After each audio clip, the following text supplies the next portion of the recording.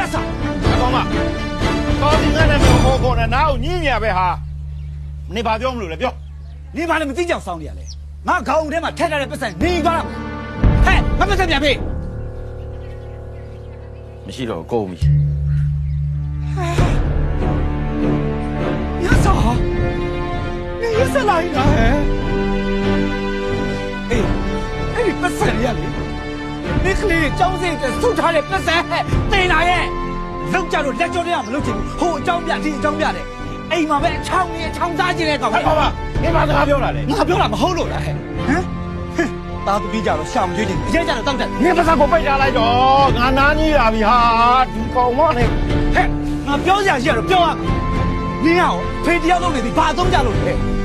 နင်းတူကဒီအရက်တွေပဲတောက်အေးငါပတ်စံနဲ့တောက်တဲ့အရင်အပင်းပြပါစေတော့ ဟာဒီကောင်မ